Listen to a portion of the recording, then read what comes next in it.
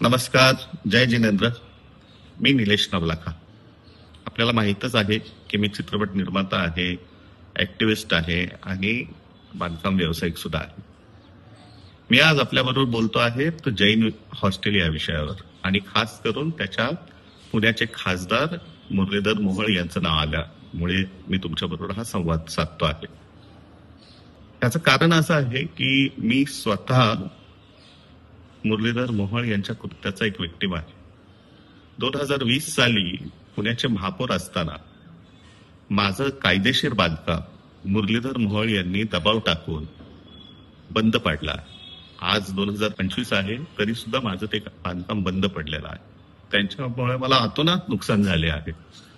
पण मला असं वाटलं की हा एक अपवाद असेल, निलेश नवलाखा किंवा एका जैन व्यावसायिकाला त्रास देणे हा अपवाद असेल असे मला वाटत होते. पण जेव्हा हे जैन हॉस्टेलचा विषय रवींद्र धंगेकरांनी मांडला आणि उचलून धरला त्यावेळी माझ्या लक्षात आलं की मुरलीधर मोहोळ हे कदाचित हॅबिच्युअल ऑफेंडर आहेत की काय.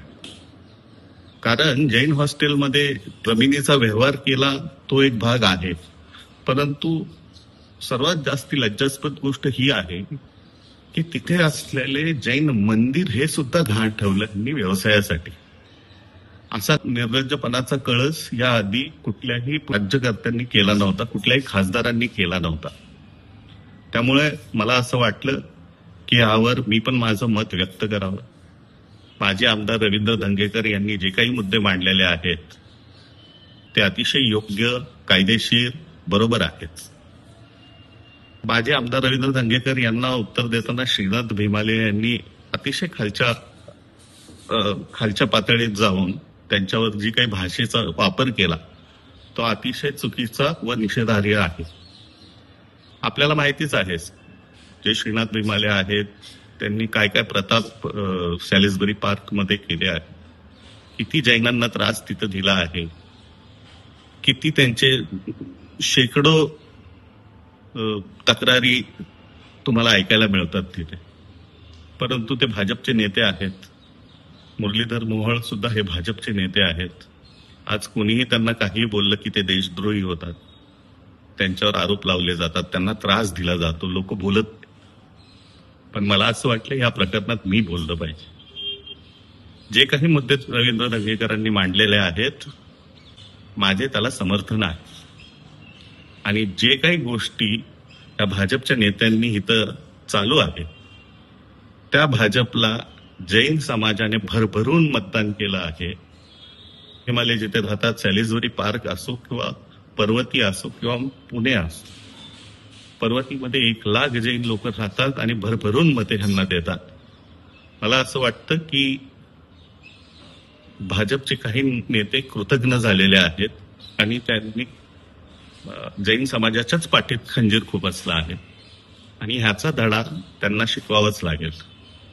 माझे समर्थन रवी धंगेकरांना आहे आणि मी मुरली मोहोळ असो, भीमाले असो यांचा निषेध करतो. जय हिंद, जय महाराष्ट्र. मी घेतली माहिती. विचार करा की ज्यावेळेला या शहराचा महापौर म्हणून मी तिथं काम करतो तेव्हा या शहरातले नागरिक अनेक वेगवेगळ्या प्रकारच्या समस्या घेऊन माझ्याकडे येतात. बाणेर बालेवाडीतले काही शेतकरी माझ्याकडे त्यावेळेला आले होते.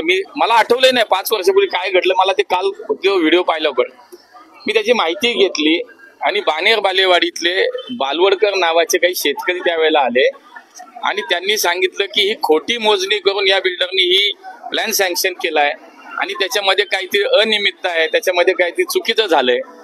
मी जेव्हा प्रशासनाकडनं माहिती घेतली तर त्याच्या अगोदरच प्रशासनाने त्याच्यावर स्टे दिला होता. मला असं वाटतं 4-4, 5-5 वर्ष ज्या एखाद्या कामावरती स्टे असतो तेव्हा त्याच्यामध्ये महानगरपालिका प्रशासन, आता मी तर महापालिकेत नाही, महापालिका सोडून मी 5 वर्ष झाली. मला असं वाटतं त्याच्यानंतर तर 3 वर्ष मी लोकप्रतिनिधी पण नव्हतो, आता 1-1.5 वर्ष मी पुन्हा लोकप्रतिनिधी झालो. हे असं कुठून तरी 5-6 वर्षापूर्वी. आणि बरं याचं उत्तर महापालिका प्रशासन देईल ना. आणि कोणी उठायचं, काही आरोप करायचं. मला असं वाटतं याच्या मागे कोणीतरी चावी देणारा वेगळा असेल तर ते मी काही लक्ष देत नाही. आणि मला माझं म्हणणं आहे की माझी तुम्हाला विनंती आहे, हे विषय पण नको. तुमची car, electric panel, data server आगीपासून सुरक्षित आहे का? नाही? मग आजच बसवा F Protect. Temperature activated fire suppression device यामध्ये आहे eco friendly non toxic pressurised liquid, जे आग लागल्यास क्षणार्धात ॲक्टिवेट होऊन आगीवरती मिळवते नियंत्रण. बसवण्यास अतिशय सोपे आणि सुटसुटीत टेकालिपचे एक दर्जेदार उत्पादन एफ प्रोटेक्ट.